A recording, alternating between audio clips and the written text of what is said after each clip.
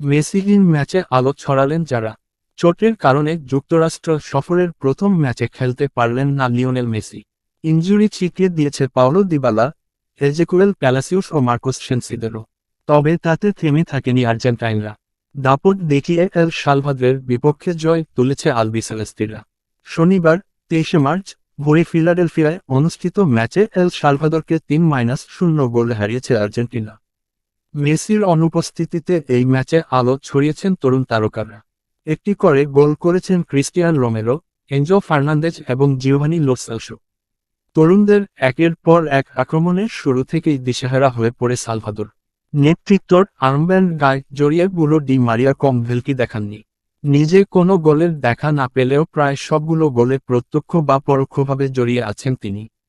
অনুমানের চেয়েও বেশি আক্রমণাত্মক ফুটবল খেলেছে আর্জেন্টাইনরা। দাপট দেখিয়ে শুরুর পর